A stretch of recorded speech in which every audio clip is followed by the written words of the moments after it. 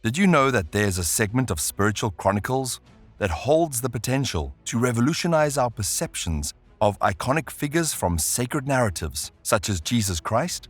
In this video, we'll delve into the captivating tale of the Book of Enoch, a text dismissed by some as unorthodox, but revered by others as a window into divine mysteries. From the discovery of ancient fragments in the caves of present-day Israel to the shocking revelations contained within its pages, we'll uncover the truth behind one of the most enigmatic texts of all time. Stay tuned to the end to unravel the mysteries of the Book of Enoch and gain a deeper understanding into the ancient wisdom that continues to challenge and inspire seekers of truth around the world. Don't miss out on this captivating journey into the heart of ancient literature and the enduring legacy of the Book of Enoch. Are you aware of the discrepancies regarding the number of Holy Scriptures accepted by different Christian denominations? While Protestants adhere to 66 books, Catholics embrace 73.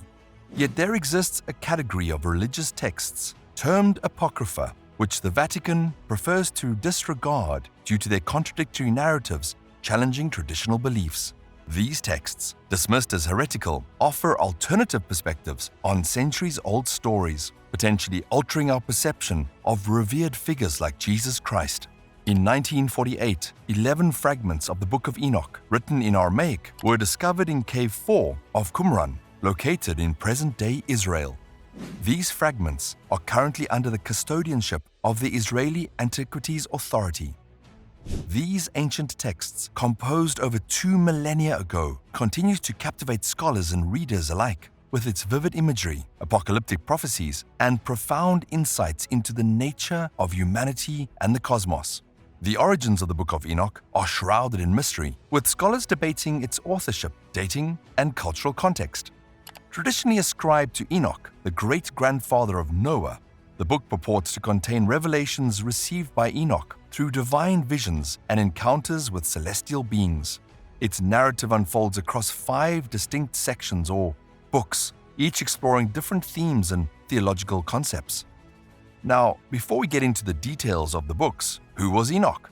In the Bible, 2 individuals named Enoch are mentioned. The first is the son of Cain, as documented in Genesis 4. Cain, son of Adam and brother to Abel, became known for committing the first recorded act of murder. His lineage includes a son named Enoch, who went on to establish a city bearing his name. The second Enoch is detailed in Genesis 5, where he is identified as the son of Jared, who in turn is a descendant of Mahalalel. Enoch's ancestry traces back to Adam through a lineage that includes Seth, Adam's son. Enoch, therefore, is Adam's great-great-great-great-grandson. At the age of 65, Enoch fathered a son named Methuselah. Subsequently, Enoch is described as walking with God for an additional 300 years while continuing to have children. Then, mysteriously, Enoch was no longer found on earth, as God took him directly to heaven without experiencing death.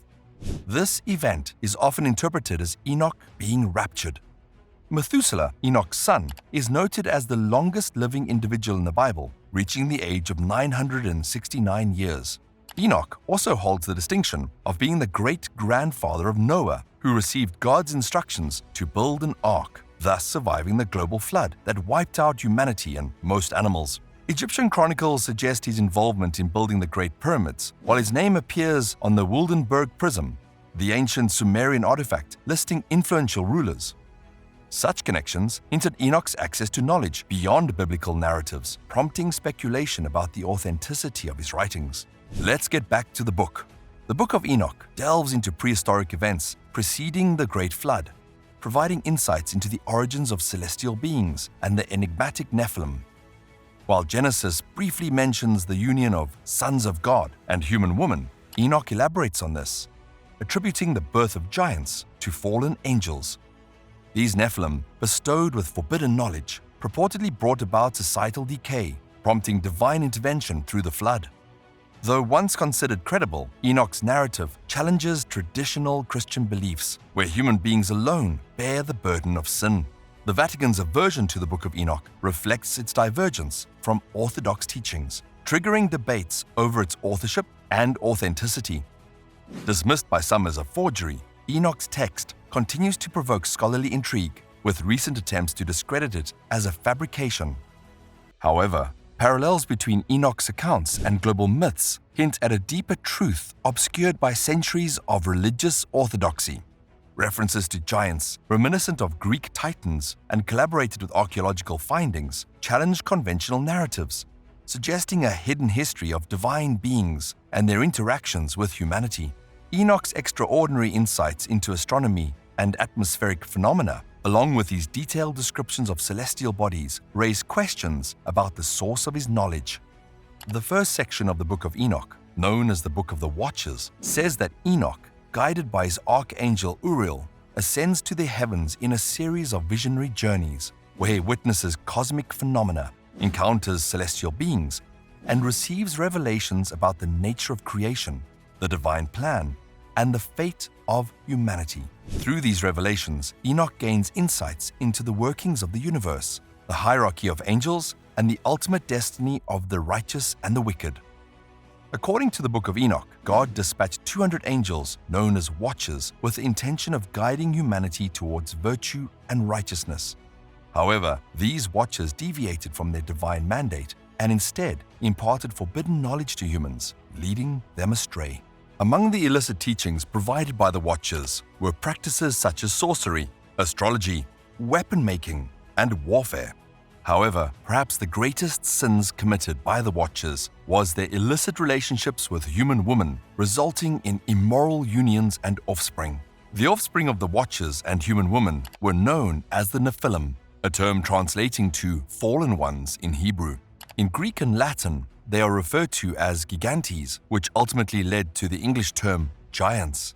The Book of Enoch portrays these giants as violent beings who exhibited insatiable appetites, consuming all resources acquired by humans. When human provisions could no longer sustain them, the giants turned against humanity, consuming and destroying them. Subsequently, they extended their destructive tendencies to animals and the entire natural world, wreaking havoc wherever they went. The second Book of Enoch, known as the Book of Parables, chapters 37 to 71, presented a series of visionary parables and allegorical narratives that elaborate on the themes introduced in the earlier sections. These parables explore concepts such as divine judgment, the resurrection of the dead, and the establishment of God's kingdom on earth. Central to this section is the figure of the Son of Man, a Messianic figure who will usher in a new era of righteousness and justice. So who wrote this book? The true authorship of the Book of Enoch remains uncertain, as it is believed to be a composite work attributed to multiple authors over several centuries. The Book of Enoch falls under the category of pseudepigrapha, a term referring to works falsely attributed to individuals who were not their actual authors. This practice was prevalent between approximately 400 BCE to 200 CE. Authors of pseudepigrapha often assign their writings to well-known figures from biblical to historical contexts to lend authority and credibility to their works. Why isn't the Book of Enoch considered scripture? Biblical scholars generally do not classify the Book of Enoch as scripture due to its lack of recognition as God's inspired and written word. The criteria for inclusion in the scripture canon are stringent, necessitating teachings that align with accepted biblical books and consistent acceptance by the early church. The biblical canon consists of texts deemed accurate, true, and authoritative in their teachings. It encompasses the Old Testament books endorsed by Jesus and the writings of his earliest followers, constituting the New Testament. The Third Council of Carthage formalized this canon around AD 397. Expert analysis of the Book of Enoch dates the artifact to almost 2,000 years old, potentially even older. Yet its age and worth are not its only remarkable aspect. The contents challenges established beliefs, offering a fresh perspective on historical and religious narratives. One of the manuscript's most startling assertions is a departure from the widely accepted belief in Jesus' crucifixion. Instead, it proposes an alternative scenario where Judas, not Jesus, faces the cross, while Jesus ascends to heaven while still alive. Despite its profound influence on later Jewish and Christian literature, the Book of Enoch was not included in the canonical scriptures of Judaism or Christianity. Instead, it was preserved and transmitted by various Jewish and Christian communities as an important apocalyptic and pseudographical work. The origins and significance of the Book of Enoch prompt reflections on the diverse spectrum of human beliefs and the perpetual quest for understanding life's mysteries. Regardless of mainstream acceptance, Enoch's legacy and his ancient text endure, showcasing the timeless potency of storytelling and humanity's pursuit of transcendence.